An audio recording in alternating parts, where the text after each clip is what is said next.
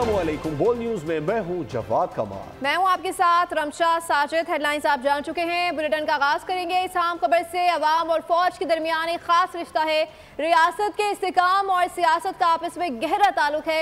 Army chief general Asim Munir का सियासी कायदीन से मुलाकात में इजहार ख्याल। पाकिस्तान की दाखिली सलामती और अफगानिस्तान से ताल्लुकात पर गुफ्तगू की गई। अवाम और फौज के दरमियान एक खास रिश्ता है। रियासत के इस्तेकाम और सियासत का आपस में गहरा ताल्लुक है। Army chief general Asim Munir का सियासी कायदीन से मुलाकात में इजहार ख्याल।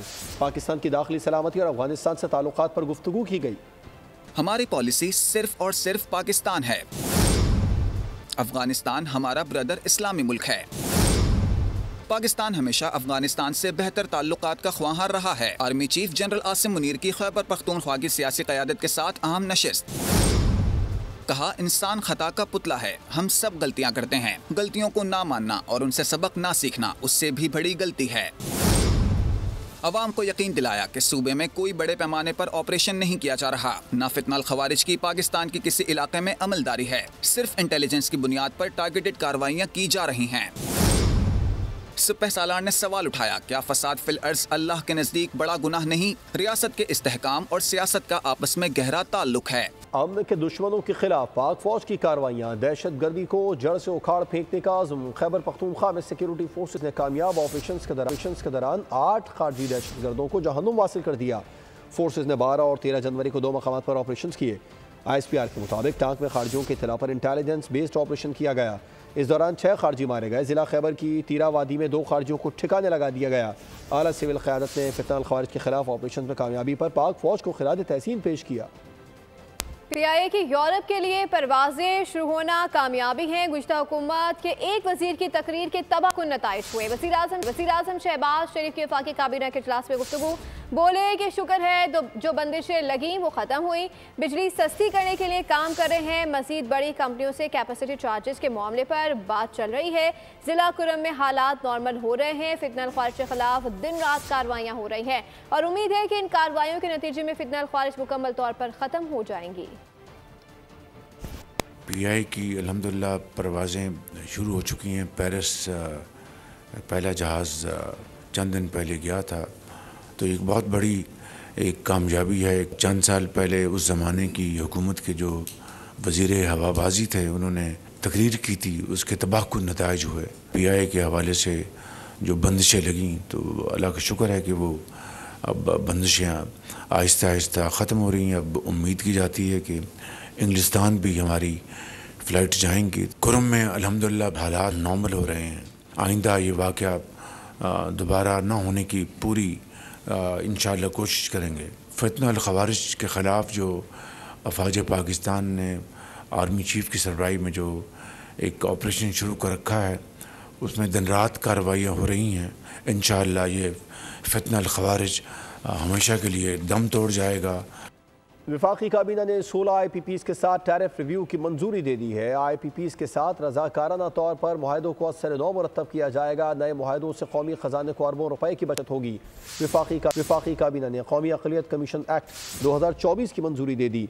एविएशन डिवीजन को वजारत दिफा के मातहत करने, जबकि नारकोटिक्स डिवीजन को वजारत दाखिला में जम करने की असम्बली की भी मंजूरी दे दी गई। वज़ीर-ए-आज़म की ज़ेर सदारत वफाकी काबीना का इजलास, अहम महकमे जम करने की मंजूरी दे दी गई। इजलास में 8 निकाती एजेंडे पर गौर किया गया। इजलास में वफाकी इदारों में राइट साइजिंग कमेटी की सिफारिशात पेश की गई।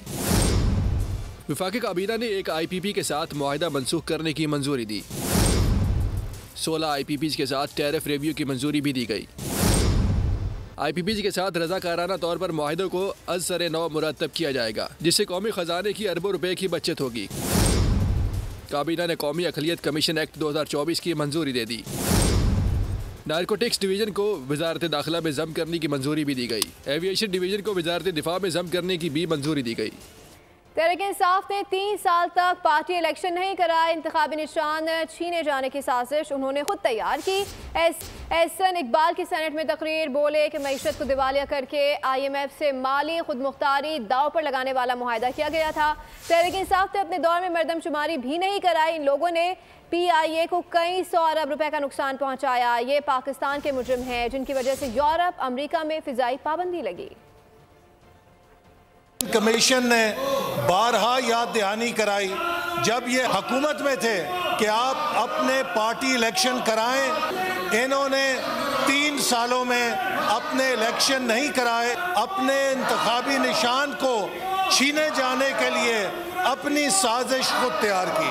आप मईशत को दिवालिया करके और IMF के साथ एक ऐसा मुआहदा कर जाएं जो मुल्क की माली खुद मुख्तारी दाव पे लगा दे। जब हम हुकूमत में आए तो हमें वो डिजिटल राय शुमारी करनी पड़ी जो 4 सालों से इल्तवा में पड़ी थी। ये वो लोग हैं जिन्होंने PIA को कई 100 अरब का नुकसान पहुंचाया। ये वो पाकिस्तान के मुजरिम हैं कि जिनकी वजह से PIA की यूरोप और अमेरिका की और लंदन की परवाज़ों पे पाबंदी लगी। मैं हैरान हूं कि आज इनको PIA का दर्द जाग गया है। और अगर मदारिस ना होते तो नज़रिए पाकिस्तान दफन कर दिया जाता। पाकिस्तान के नज़रिए के साथ मदारिस की मजबूत कमिटमेंट है। मौलाना फजलुर रहमान की बिहाड़ी में मीडिया से गुफ्तगू बोले, एजेंडा है मदारिस ख़त्म किए जाएँ, मौलवियों को सियासत में ना आने दिया जाए। इस मुल्क के नज़रिए का इल्म मदारिस ने बुलंद किया, हमें सोचना होगा क़याम पाकिस्तान का मकसद क्या है। आज सूद के खात्मे के लिए आइनी तरमीम JUI लाने में कामयाब हुई। उलमा ना होते तो आइन में ये ना होता कि इस्लाम कौमी मज़हब है। हम इख्तिलाफ ख़त्म नहीं कर सकते लेकिन रवैये तो हमारे हाथ में है। अगर ये मदरसे ना होते तो ये नजरिया तो आपने दफन कर दिया था। और आज भी आपका यकीन यही है, मदारिस का खात्मा और इनके किरदार का खात्मा, इनको गैर मौसर बनाना आज हमारी मुल्क की सियासत का एजेंडा बना हुआ है। ये उलमा मौजूद रहते हैं, सियासत में उनका किरदार रहता है। इस मुल्क की इस्तेहकाम के लिए और इसके नजरिए के इस्तेहकाम के लिए आपकी दीनी मदरसे की किस कदर जरूरत है। सूद के खात्मे के लिए आईनी तरमीम जमीयत उलमा लाने में कामयाब हुई। अगर उलमा ना होते वहां पर तो आपके आईन में ये ना होता कि इस्लाम पाकिस्तान का ममलकती मज़हब होगा। हम इख्तिलाफ नहीं खत्म कर सकते लेकिन अपने रवैये तो हमारे इख्तियार में हैं। हुकूमती इक़दामात की वजह से PIA की यूरोप के लिए परवाजें बहाल हुई। PIA के दौर में PIA को नाकाबिले तलाफी नुकसान पहुंचाया गया। नायब वज़ीर आज़म इसहाक़ डार का सेनेट में इज़हार ख़याल, बोले PIA में 6 बोइंग तैयारे ऑपरेशनल हैं। वज़ीर आज़म ने PIA जहाज़ के साथ पेरिस इश्तिहार की तहक़ीक़ात का हुक्म दिया। इश्तिहार में "वी आर कमिंग" के जुमले से गलत तासुर गया। तमाम स्टेप्स लेने के बाद, तमाम एक्शंस लेने के बाद लॉ इस हाउस को भी क्रेडिट जाता है पास जो PDM की हुकूमत में हुआ।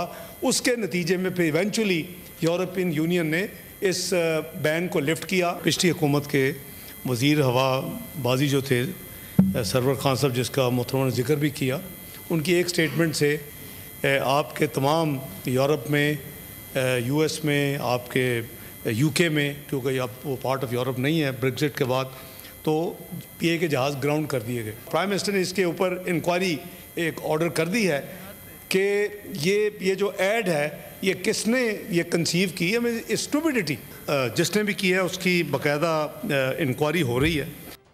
सेनेट इजलास में हुकूमत और अपोजिशन आमने सामने। शिबली फराज ने तकरीर में हुकूमत को हदफ तनकीद बनाया। जवाब में हुकूमत के अरकान ने ताक कर अपोजिशन पर वार किए। शिबली फराज ने कहा तोशाखाना हो या साइफर, किसी मुकदमे में कुछ साबित नहीं हो सका। जवाब में वज़ीर कानून आज़म नज़ीर तारड़ बोले 190 million pound open and shut case है। तोशाखाना केस हो, साइफर केस हो, जो भी हो, मुंह की खानी पड़ी, केस हारते गए, साबित कुछ नहीं कर सके। बात हुई 190 मिलियन पाउंड की और ये एक ओपन और शट ट्रांजैक्शन है। उन्होंने ऑपोजिशन की ज़ुबानों में गीदड़ की ज़ुबान डाल दी है और ये सारे मिलके ऊ करके वापस गए हैं अपनी लॉबी में। इवेंचुअली यूरोपियन यूनियन ने इस बैन को लिफ्ट किया। 10 जनवरी को पहली जो फ़्लाइट है दोबारा रिज्यूम हुई। पिछली हुकूमत के वज़ीर हवा बाजी जो थे, उनकी एक स्टेटमेंट से आपके तमाम यूरोप में PIA के जहाज़ ग्राउंड कर दिए गए। इस वक्त अपोजिशन भी यहाँ होती, क्योंकि जिस वक्त उनके वज़ीर ने, चौधरी साहब ने जो हालत की थी PIA की, उसको ग्राउंड कराने में, उनके पायलट्स को ग्राउंड कराने में, उसमें इस बेचारी एयरलाइन को 4.5 साल लगे। सुप्रिंटेंडेंट अडियाला जेल के जरिए बानी पीटीआई को अदालत में पेश होने के लिए तलब किया गया ताकि केस का हतमी फैसला सुनाया जा सके, लेकिन मुल्जिम ने कमरा अदालत आने से इनकार किया। मुल्जिम की जानिब से कहा गया कि जब तक शरीक मुल्जिम बुशरा बीबी, फैमिली मेंबर और वकला नहीं आते वो पेश नहीं होंगे। 190 बिलियन पाउंड केस का फैसला क्यों मौखर हुआ? अदालत ने वजह बता दी। 190 मिलियन पाउंड रेफरेंस का फैसला मौखर होने का तहरीरी हुक्मनामा जारी कर दिया गया। मौजूद मुल्जिमान अदालत में पेश नहीं हुए। बानी पीटीआई ने फैसला सुनने के लिए कमरा अदालत आने से इनकार किया। मुल्जिम की जानिब से कहा गया कि जब तक शरीक मुल्जिम बुशरा बीबी, फैमिली मेंबर और वकला नहीं आते पेश नहीं होगा। केस के फैसले के लिए मुख्तसर तारीख दी जाती है। फैसला 17 जनवरी 2025 को सुनाया जाएगा। आइंदा तारीख पर मुताल्लिका मुल्जिमान और अफराद बरवक्त हाजिरी यकीनी बनाए। खबरों के सिलसिले को आगे बढ़ाएंगे। आपको बताएंगे कि काबीना के सामने मजीद 18 IPPs के साथ नजरसानी शुदा मुआहदों की तजवीज़ पेश की गई है। स्पेशल इकनॉमिक जोन्स और इंडस्ट्रियल स्टेटस को एक पॉइंट पर बिजली फराहमी की इजाज़त दे दी गई है। वफाकी वज़ीर तवानाई अवैस लगारी का वीडियो पैगाम। कहा कि उनके इंतजामिया को खुद कनेक्शन देने, बिल इकट्ठा करने और दीगर मामलात निपटाने की भी इजाज़त दे दी गई है। आज काबीना ने वजीर आज़म की क़यादत के अंदर तकरीबन कोई 15-16 IPPs को के कॉन्ट्रैक्ट्स को रिव्यू करने की मंजूरी दी, चाहे वो स्पेशल इकोनॉमिक जोन्स हो या इंडस्ट्रियल स्टेट्स हो। हमने एक ही पॉइंट के ऊपर उस SEZ या इंडस्ट्रियल एस्टेट के जो मुंतजमीन है उनको एक ही जगह के ऊपर बिजली दे के आइंदा बिजली का कनेक्शन देना, बिल इकट्ठे करना, बिलिंग करना। हमने उन्हीं इंडस्ट्रियल एस्टेट्स को आज इजाज़त दे दी है कि उनकी इंतज़ामिया ये काम करे। SEZ या इंडस्ट्रियल एस्टेट के जो मुंतजमीन होंगे उनके साथ डील करेंगे, वही आपको कनेक्शन देंगे, वही आपको बिल देंगे, वही आपसे बिल लेंगे।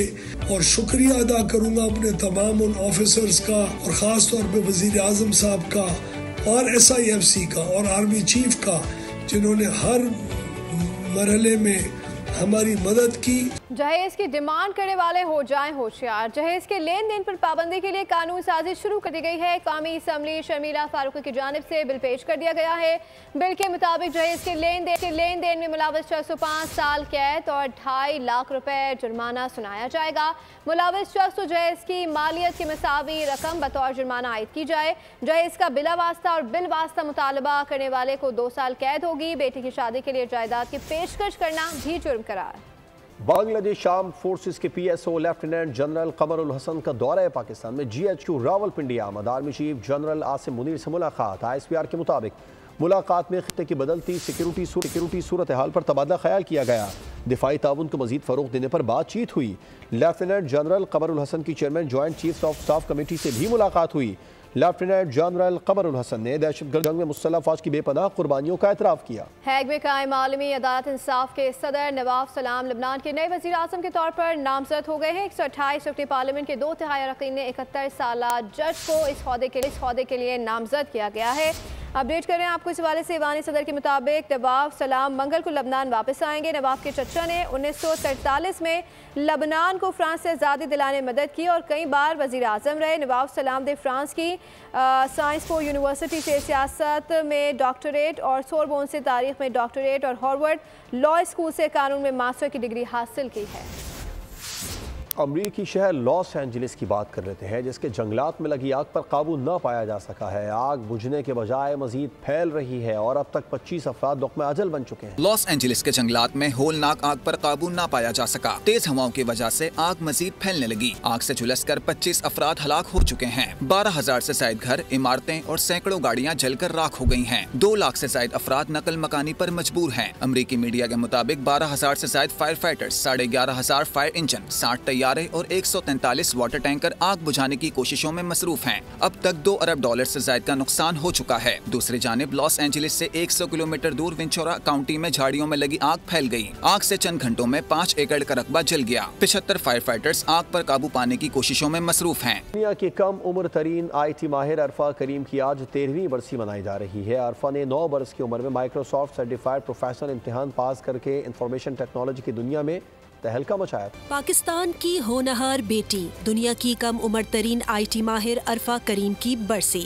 टेक्नोलॉजी के शोबे में नाम रोशन करने वाली माइक्रोसॉफ्ट सर्टिफाइड प्रोफेशनल अरफा करीम रंधावा को दुनिया से रुखसत हुए 13 बरस बीत गए। अरफा करीम फैसलाबाद में 2 फरवरी 1995 को पैदा हुई थी। महज 9 बरस की उम्र में माइक्रोसॉफ्ट सर्टिफाइड प्रोफेशनल इम्तिहान पास करके इंफॉर्मेशन टेक्नोलॉजी की दुनिया में तहलका मचा दिया था। अरफा करीम को कम उम्री में प्राइड ऑफ परफॉर्मेंस समेत मुतादिद एजाजात से नवाजा गया। बिल गेट्स ने जाती मेहमान की हैसियत से माइक्रोसॉफ्ट हेडक्वार्टर्स का दौरा भी करवाया था। अरफा करीम को 22 दिसंबर 2011 को मिर्गी का दौरा पड़ा। कोमे की हालत में 14 जनवरी 2012 को इंतकाल कर गयीं।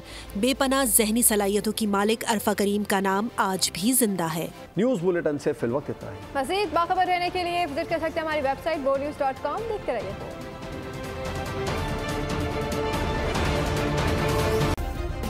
सब्सक्राइब करें और बेल दबाएं ताकि कोई खबर रह न जाए।